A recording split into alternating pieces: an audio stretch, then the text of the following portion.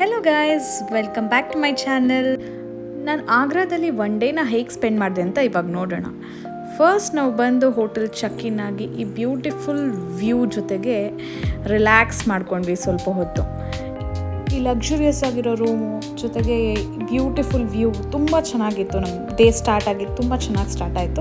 So ನಾವು first ಹೋಗಿದ್ದು Taj Mahal metro station gate ಎಂಟ್ರೆನ್ಸಿಂದ ಹೋದ್ವಿ.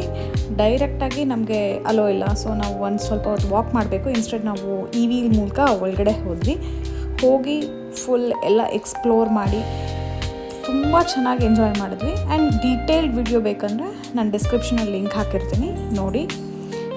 ಅದಾದಮೇಲೆ ಈ ಗಾರ್ಡನ್ ಎಂಟ್ರಿ 50 ರೂಪೀಸ್ ಇರುತ್ತೆ. ತಾಜ್ ಮಹಲ್ ಒಳಗಡೆ ಎಂಟ್ರಿ ಆಗೋದಕ್ಕೆ 200 ರೂಪೀಸ್ ಚಾರ್ಜ್ ಮಾಡ್ತಾರೆ.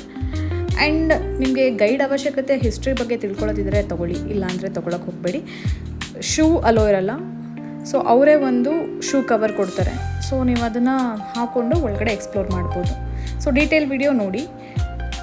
ಅದಾದಮೇಲೆ ನಾವು ಸೆಕೆಂಡ್ ಪ್ಲೇಸ್ ಎಲ್ಲಿ ಹೋದ್ವಿ ಅಂದರೆ ಆಗ್ರಾ ಫೋರ್ಟ್ದು ಅಷ್ಟೇ ಕಂಪ್ಲೀಟ್ ವಿಡಿಯೋ ನಾನು ಅಪ್ಲೋಡ್ ಮಾಡಿದ್ದೀನಿ ಆಲ್ರೆಡಿ. ತುಂಬ ಚೆನ್ನಾಗಿರುತ್ತೆ.